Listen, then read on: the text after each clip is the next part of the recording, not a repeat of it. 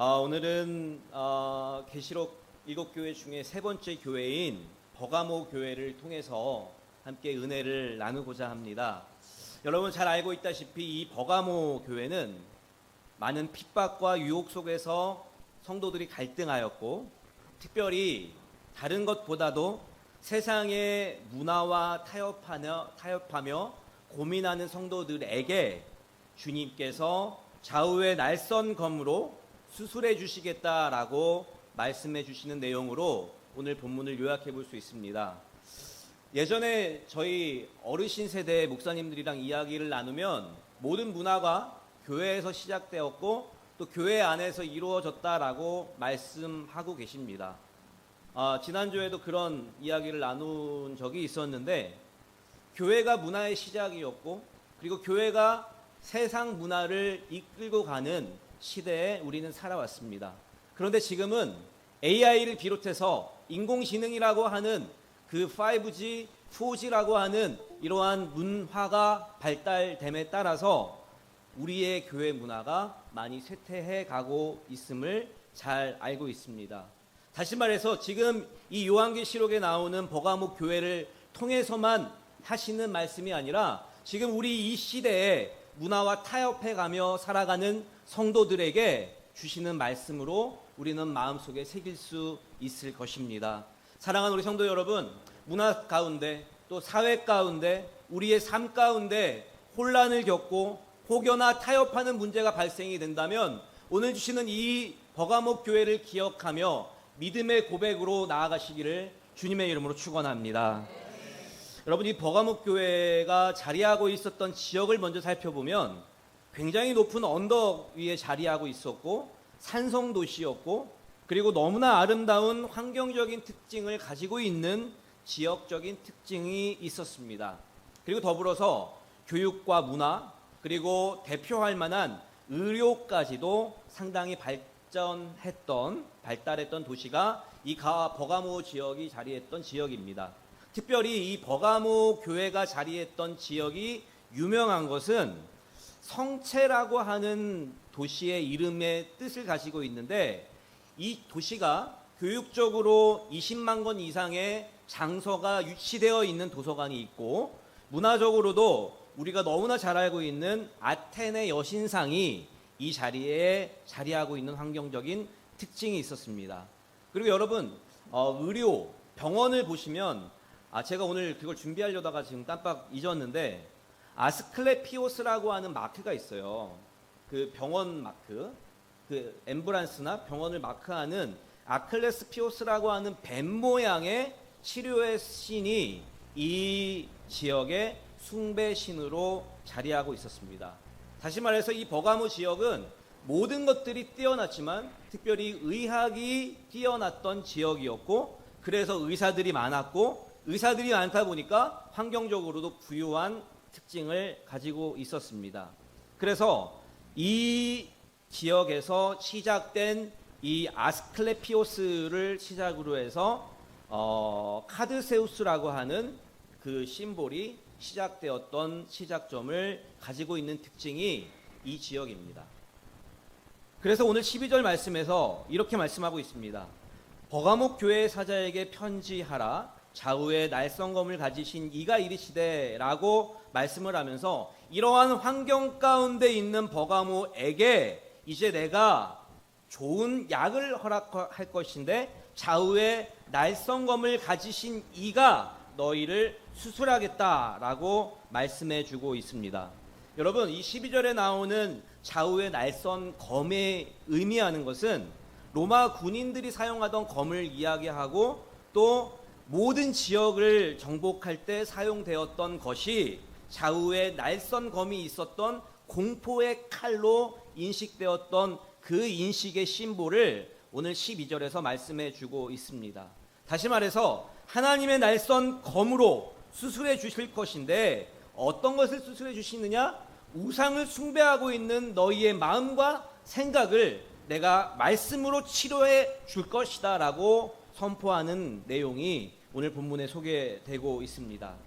다시 말해서 이 버가모 지역을 한마디로 이야기하면 종교 혼합주의에 빠진 지역적인 특징이 있지만 그러한 특징 가운데 많은 것을 가지고 있음에 그것을 통해서 하나님께서는 우상을 숭배하는 그 모습은 잘못된 것이니 내가 반드시 그 우상을 치료해 주겠다라고 하는 내용이 오늘 본문에 소개되고 있습니다. 여러분, 오늘 먼저 말씀을 시작하기 전에 이런 질문을 드리고 시작하길 원하는데요. 지금 여러분은 어떤 자기 우상을 숭배하고 계십니까? 그리고 그 우상과 어떻게 무엇을 타협하며 살아가고 계십니까? 많은 자기의 우상이 있고 많은 자기의 신이 있지만 그러한 가운데 가장 중심이 되어야 할 것은 바로 예수 그리스도의 피로 모든 우상을 제거하는 것, 그것이 오늘 하나님께서 말씀해 주시는 음성임을 믿음으로 고백하시기를 바랍니다. 다시 말해서요, 우리가 스스로의 자기 우상을 섬기고 있는 그러한 현실을 살아가고 있다면, 또 우상과의 타협에 복종해서 얻어진 그 고름덩어리들을 가지고 있다면 오늘 반드시 하나님의 말씀으로 수술받고 치료받고 회복되시기를 주님의 이름으로 축원합니다. 자, 그렇다면 오늘 버가모 교회가 어떤 수술을 받았는지 함께 살펴보기를 원하는데요.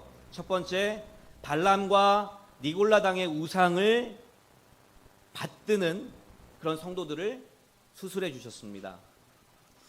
영어로 닥트린이라고 이야기를 합니다. 교리라고 이야기를 하는데요. 어떤 교리와 어떤 교훈을 배우고 따라가느냐에 따라서 그 사람의 성향과 그리고 그 사람의 행동과 그리고 그 사람의 생각이 바뀌게 됩니다. 마찬가지로 이 지역적인 특징에 의해서 이 버가모 교회 성도님들은 니골라와 발람의 우상의 교훈을 그 닥트린, 그 교훈으로 삼고 살아갔다라는 겁니다. 하나님의 말씀이 우선임에도 불구하고 환경적으로 발람과 니골라당이 너무 강한 그러한 영향력을 끼쳤기 때문에 그 영향력에 편승해 갈 수밖에 없는 성도들의 모습을 발견해 볼 수 있습니다. 오늘 14절 15절 말씀에 이렇게 말씀하고 있습니다. 그러나 내게 두어 가지 책망할 것이 있나니 거기 내게 발람의 교훈을 지키는 자들이 있도다. 발람이 발락을 가리켜 이스라엘 자손 앞에 걸림돌을 놓아 우상의 재물을 먹게 하였고 또 행음하게 하였느니라. 이와 같이 내게도 니골라 당의 교훈을 지키는 자들이 있도다 라고 말씀해주고 있습니다. 오늘 이 버가모 교회가 칭찬과 책망을 동시에 받은 교회입니다. 너 굉장히 잘하고 있어. 너 굉장히 신앙생활에 열심이야. 특히 믿음이라고 하는 부분에 있어서 타의 추종을 불허할 정도로 굉장한 믿음의 소유를 가진 교회가 너네 교회 맞아. 근데 왜 자기 우상을 섬기고 있는 거야? 그 우상을 내가 이 시간 하나님의 말씀으로 치료해 줄 테니까 그 말씀에 순종하며 나아가라고 오늘 본문을 통해서 말씀해 주고 있다라는 것입니다. 여러분, 영지주의가 무엇인지 아십니까? 많은 사람들이 각자의 주의에 대해서, 각자의 신앙에 대해서 이야기를 많이 합니다. 각자의 종교도 있지만 그 종교 나름대로의 또 주의적인 부분들, 그런 사상들이 있는데 이 니골라당이라고 하는 영지주의자들의 특징이 뭐였냐면 그 배경은 그렇습니다. 예루살렘 7집사 중 한 명인 니골라를 시작으로 해서 이들이 율법의 때가 이제 지나갔으니 그 율법을 지킬 필요가 없다라고 하는 그런 이론을 가지고 육신은 악이요 영만이 선하기 때문에 내가 가지고 있는 육신으로 무엇이든지 해도 다 용납된다라고 하는 이론을 가지고 있었어요. 다시 말해서 내가 영만 잘 섬기고 그리고 내 영만 선하면 내 육체는 어떤 것을 해도 다 용납된다라고 하는 모습이었습니다. 요즘에 TV를 보니까 그런 안타까운 소식들이 많이 전해지게 되는데 우리 신혼 부부들이 결혼을 해서 임신을 하게 되고 그리고 또 아이를 갖게 되고 출산하는 가운데 참 안타까운 상황들이 굉장히 많이 소개가 되고 있더라고요. 바람을 피는 가장 많은 시기가 또 아이를 임신했던 시기라고 그런 조사를 본 적도 있습니다. 그런데 결국에는 그들의 합리화지 그것이 정당하지 않다라는 거예요. 잘못된 것이고 그렇게 해서는 안 된다라는 것입니다. 예전에 한 20년 전에 불륜에 대한 드라마들이 소개가 된 적이 있었습니다. 그 당시 굉장했습니다. 과연 이 불륜이라고 하는 주제를 가지고 드라마로 상영될 수 있는지 방영될 수 있는지에 대한 논란이 굉장히 많았습니다. 그런데 결론은 그러한 불륜이 지금은 그냥 제시하는 정도가 아니라 불륜할 수도 있지라고 인식하는 사람들이 굉장히 많아졌다라는 거예요. 처음 그 이야기가 나왔을 때 과연 이러한 이야기들이 영향력을 미치지 않을까? 선한 영향력이 아닌 나쁜 영향력으로 사람들에게 다가가지 않을까 했는데 아니나 다를까 그 영향력으로 불륜 그리고 바람피는 것 이런 것들이 이제는 아무런 의미가 없는 세상의 모습으로 인식되어 가고 있다는 것입니다. 다시 말해서 우리가 무엇을 생각하고 또 어떠한 교리를 갖느냐에 따라서 그 사람의 인생과 생각이 달라지듯이 오늘 이 본문에 나와 있는 이 니골라 당 또한 영지주의자라고 하는 주의를 가지고 내가 모든 것들을 다 할 수 있어. 다만 하나님만 잘 섬기면 돼. 라고 하는 잘못된 생각으로 이 삶을 살아갔다라는 것입니다. 여러분, 하나님만 잘 섬기면 뭐든 다 해도 됩니까? 하나님만 내가 잘 섬기고 그리고 헌금 잘하고 그리고 봉사만 잘하면 밖에 나가서 뭐든 다 해도 됩니까? 하나님은 분명히 성경을 통해서 말씀하고 계십니다. 예수 그리스도의 십자가를 통해서 그 고난을 세상에 나누고 섬기라고 분명하게 말씀해주고 있습니다. 여러분, 그런 의미에서요, 제가 이런 질문을 한번 드려보길 원하는데요. 핍박과 유혹이라고 하는 부분들이 있는데요. 핍박을 당하고 그리고 그 핍박을 통해서 힘들어하는 것, 그러한 고민이 많을까요? 아니면 내가 이러한 상황 가운데 A와 B를 놓고 A에 대해서 나쁜 것인지 알지만 그 유혹에 끌려가는 것, 이러한 핍박과 유혹 가운데 어떠한 경우가 더 어려운 경우라고 생각하십니까? 여러분이 핍박당하는 게 더 쉽습니까? 아니면 유혹당하는 게 더 쉽습니까?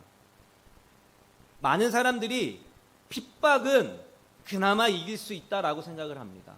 그런데 유혹이라고 하는 부분들은 핍박보다도 한 차원 더 이상의 힘듦을 고백한다라고 해요.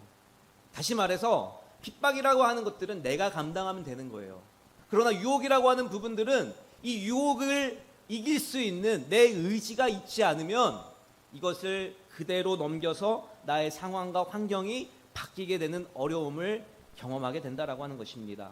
여러분, 오늘 이 본문을 통해서 특별히 우리가 알아야 하는 것은 발람의 교훈이에요.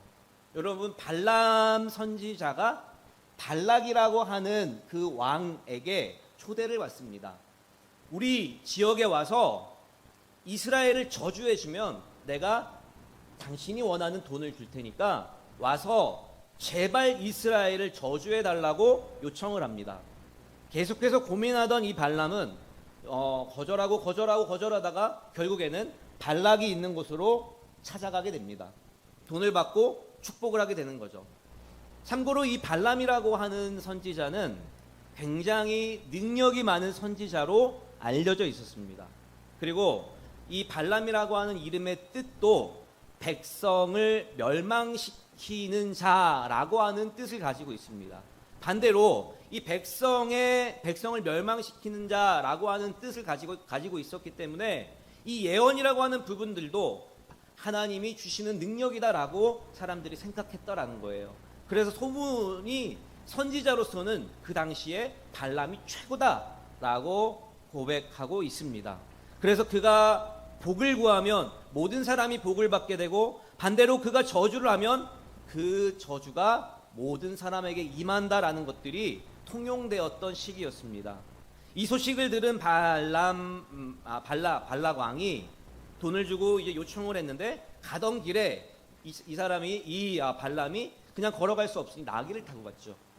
근데 나귀가 3번씩이나 이 발람 선지자가 가려고 하는 길을 막아요. 그런데 이 3번 다 그 나귀를 채찍질하면서 그 나귀의 행동을 무시하게 됩니다. 분명 하나님의 신호였음에도 불구하고 발람이라고 하는 이 선지자는 하나님이 주시는 신호임을 알고 있었음에도 그것을 무시하고 그리고 멸시해버리고 자기가 갈 길을 가는 모습을 이 나귀를 통해서 보여주게 됩니다. 결국에는 그곳에 가서 발락이 요청하는 대로 이스라엘을 저주하기 시작합니다. 그런데 이상하게도 그 저주해야 할 장소에서 4번씩이나 이스라엘을 저주했음에도 정작 입으로 선포되는 것은 내가 이스라엘 너는 죽어야 돼 라고 선포해야 함에도 불구하고 입으로 나오는 말은 이스라엘 너희는 축복받을 것이야, 너희는 축복받을 것이야 라는 이야기만 계속 나오는 거예요. 그래서 결국에는 발람이라고 하는 선지자가 돈을 받고 저주를 하러 갔지만 결국에는 저주를 하지 못하며 돌아오게 되는 사건이 발람 발락이라고 하는 사건의 내용입니다. 이 핵심 구절이 민수기 31장 16절에 있는데 한번 들어보시길 바랍니다. 보라, 이들이 발람의 꾀를 따라 이스라엘 자손을 부올의 사건에서 여호와 앞에 범죄하게 하여 여호와의 회중 가운데에 연병이 일어나게 하였느니라. 민수기 25장 1절에 보면 이스라엘이 시딤에 머물러 있더니 그 백성이 모압 여자들과 음행하기를 시작하더라. 4번 다 저주하려고 했음에도 축복을 선포하는 가운데 그 모든 축복과 저주 가운데 축복의 저주의 계획은 실패하게 됩니다. 그리고 그 일이 있고 난 뒤에 일체의 계획을 전하고 떠나는데 떠난 뒤에 연병이라고 하는 성병이라고 하는 그 병으로 24,000명이 죽어버리게 되는 그러한 저주를 당신들이 받게 되는 모습을 바라볼 수 있습니다. 여러분, 오늘 이 본문에도 발람이라고 하는 선지자를 말씀해 주시면서 이러한 우상을 섬기는 자에게는 반드시 하나님의 대가가 따를 것이다 라고 말씀해 주고 있는 내용이에요. 축복을 마음껏 전하는 이 선지자를 다시 타협해서 저주로 이끌어 갔지만 그 저주를 다시 축복으로 바꾸시는 분은 하나님께서 하셨다라는 거예요.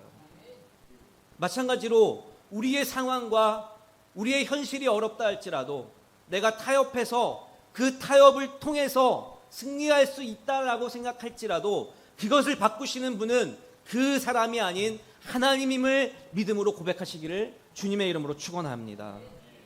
다시 말해서요, 우리가 살아가는 이 세상 가운데 정말 좋은 문화가 너무나 많이 있고 그 문화 가운데 유혹되어서 교회를 잃어가는 사람들이 너무나 많이 있습니다. 제가 지난 한 주 동안 휴가를 가지면서 한 2, 3일 정도는 부천에 있어서 여러 교회들을 방문을 했습니다.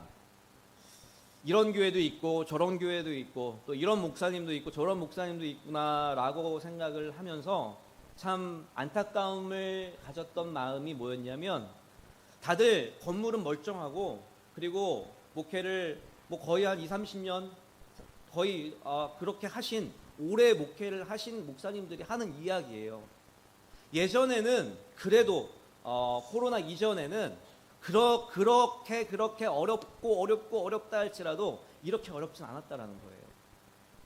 그 어려운 게 뭐냐? 물질적인 부분이 아니에요. 한 영혼에게 복음을 전하는 것이 그렇게 어렵다라는 겁니다. 한 영혼을 이 자리에 앉혀놓는 것이 그렇게 어렵다라는 거예요. 예전에 100명, 150명, 200명 되는 교회들이 지금 돌아보니까 다 30명, 20명 이렇게밖에 남아있질 않아요.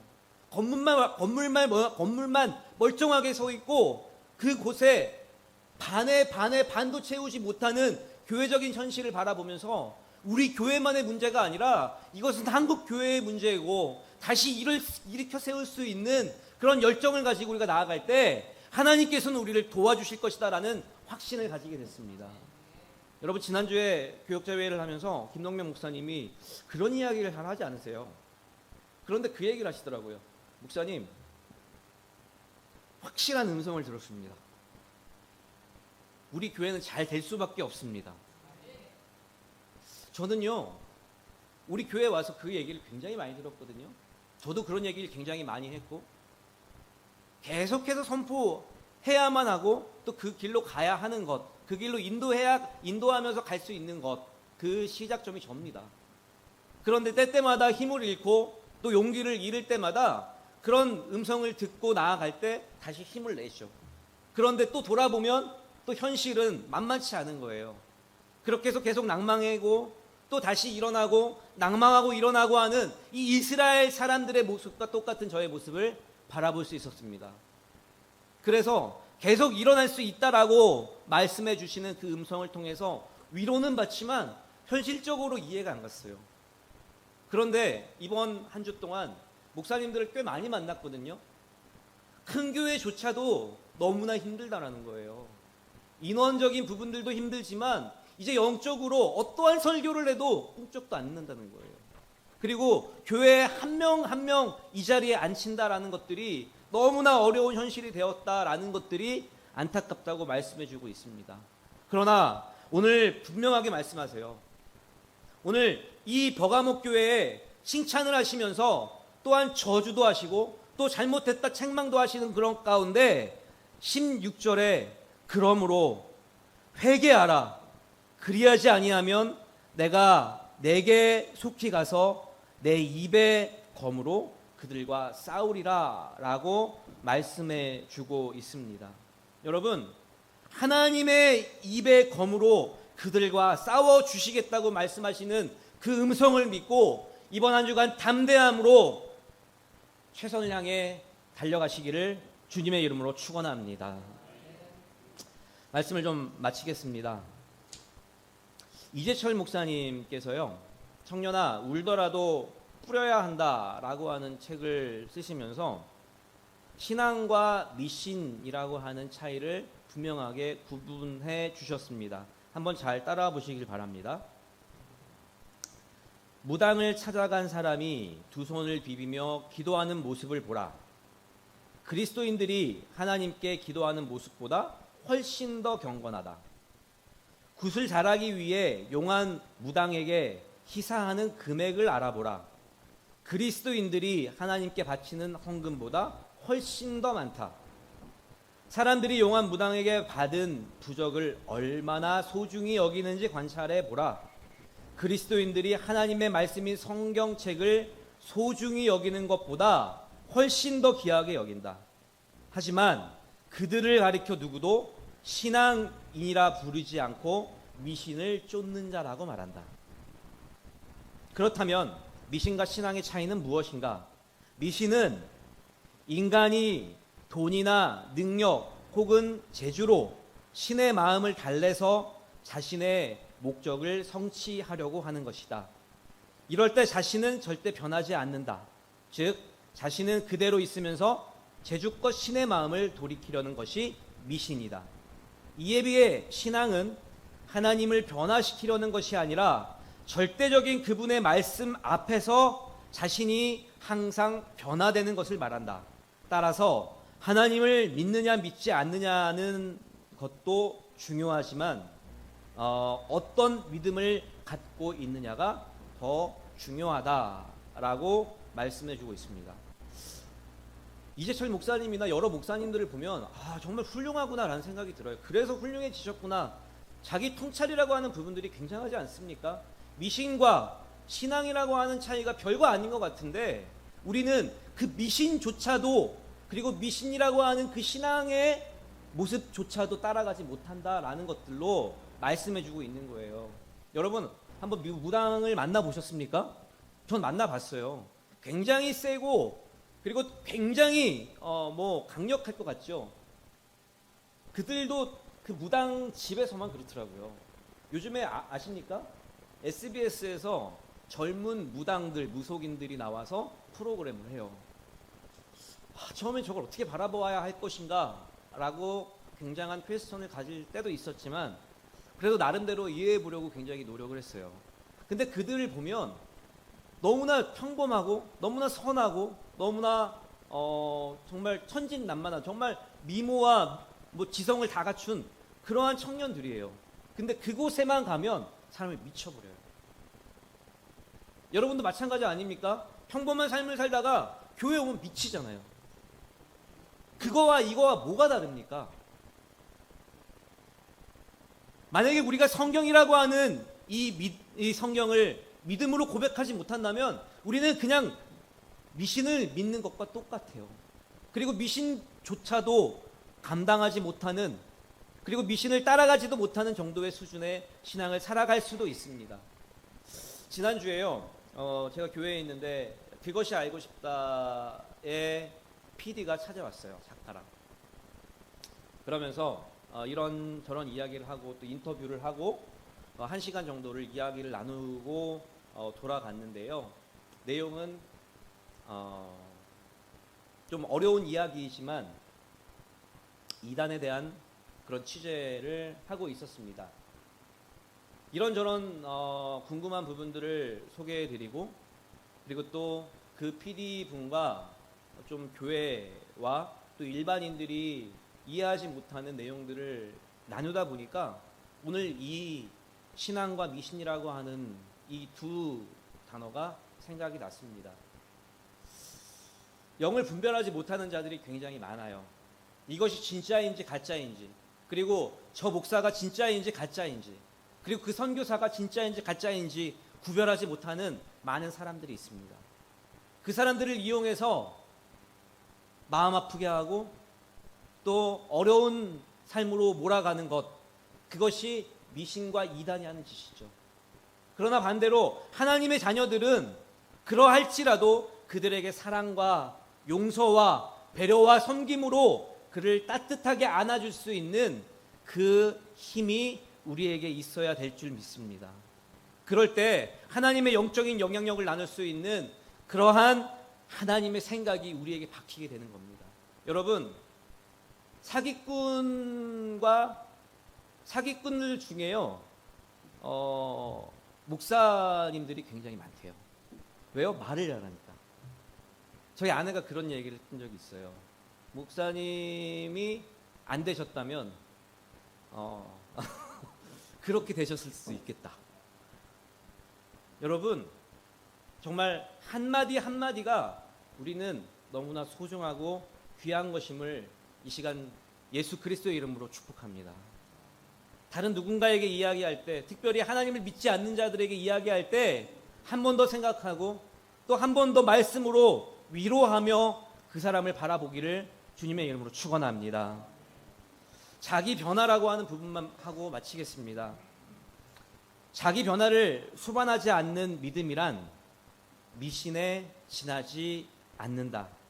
우리는 자신이 변화해 가는 참된 신앙의 소유자이기보다 하나님을 달래고 얼러 자신의 목적만 성취하려는 미신적 신앙을 갖고 있지 않은지 날마다 하나님 앞에서 성찰해야 된다라고 하며 이 이재철 목사님의 청년아 울더라도 뿌려야 한다는 결론을 내리고 있습니다. 여러분, 자기 변화 또 자기 수용이라고 하는 이 부분들이 잘만 수용이 된다면 너무나 건강한 부분이지만, 이것이 부정적으로 수용이 된다면 이것이 이단이 되고 그리고 또 미신이 되는 그런 시작점이 된다라는 겁니다. 이번 한 주 동안 여러분, 혹여나 내 마음 가운데 어려운 부분들, 또 이 시간 우리의 삶이 혁명적으로 변화되기를 소원하는 우리의 성도님들이 계신다면 오늘 이 말씀을 다시 한번 마음속에 새기시고 죄를 고백하고 또 그 죄를 통해서 하나님을 다시 바라볼 수 있는 여러분 모두가 되시기를 주님의 이름으로 축원합니다. 세상과 타협하는 그러한 기회가 우리에게 많이 주어질 것입니다. 그럼에도 불구하고 오늘 이 말씀과 같이 믿음을 지키며 그 믿음을 지킨 자에게는 만나와 흰돌을 주시겠다고 말씀해 주시는 음성을 기억하면서 하나님이 주시는 그 축복의 은혜를 체험하는 한 주간이 되시기를 주님의 이름으로 축원합니다. 여러분, 이 시간 함께 기도했으면 좋겠는데요, 우리가 이 시간 말씀을 붙잡고 니골라당과 발라함의 제약들이 우리에게도 찾아올 것인데 겸손히 주님 앞에 회개하며 나아가게 해달라고, 또 한 주간 우리가 지은 죄들이 있는데 그 모든 죄를 우리의 입술로 고백하며 다른 이름이 아닌 예수 그리스도의 이름으로 회개함 받게 해달라고 우리 간절히 기도하면 좋겠습니다. 우리 주여 한번 간절히 외치고 하나님 앞에 강력하게 나아가도록 하겠습니다. 기도합니다. 주여, 사랑의 하나님 참으로 감사합니다. 오늘 주시는 이 말씀을 통해서 우리가 세상의 문화와 타협하지 않게 하시고 끝까지 믿음을 지키는 사람에게 만나와 힘도를 주신다고 말씀해 주셨사오니 하나님, 이번 한 주간 겸손하게 주님을 바라보게 하시고 죄의 좌우의 날선 검을 통해서 하나님의 말씀 검 말씀으로 회개하며 모든 죄를 끊어낼 수 있도록 주께서 허락하여 주시옵소서. 어떠한 유혹 가운데서도 절대 타협하지 않게 하시고 진리의 말씀 가운데 바로 서게 하시며 한 주간 하나님의 말씀의 검이 우리의 삶에 적용될 수 있도록 주께서 도와 주시옵소서. 하나님, 수고하고 무거운 심진 자들아 다 내게로 오라고 말씀해 주셨사오니 하나님, 오늘 이 자리에 오시는 모든 성도님들 가운데 하나님이 주시는 평안함과 수고하고 무거운 짐진 것들 다 주님 앞에 내려놓는 귀하고 복된 시간 되게 하여 주시옵소서. 사랑의 하나님 감사합니다. 오늘 주시는 이 말씀을 통해서 좌우의 날선 하나님의 검이 우리와 항상 함께하게 하시고 특별히 하나님의 말씀으로 회개하는 우리 모든 성도님들의 마음 가운데 입술을 주장하여 주시며 행동을 주장하여 주셔서 한 주간 넉넉하게 타협하지 않으며 하나님의 말씀을 지켜 나아갈 수 있도록 인도하여 주시옵소서. 수고하고 무거운 짐진 자들아 다 내게로 오라고 말씀해 주시는 그 말씀을 의지하며 이 시간 우리 모든 성도님들 가운데 하나님의 평안함이 넘치게 하시고 그리고 어떠한 상황 가운데서도 하나님을 잃어버리지 않는 우리 예수님교회 모든 성도님들 되게 하여 주시옵소서. 감사드리며 예수님의 이름으로 기도드립니다. 아멘.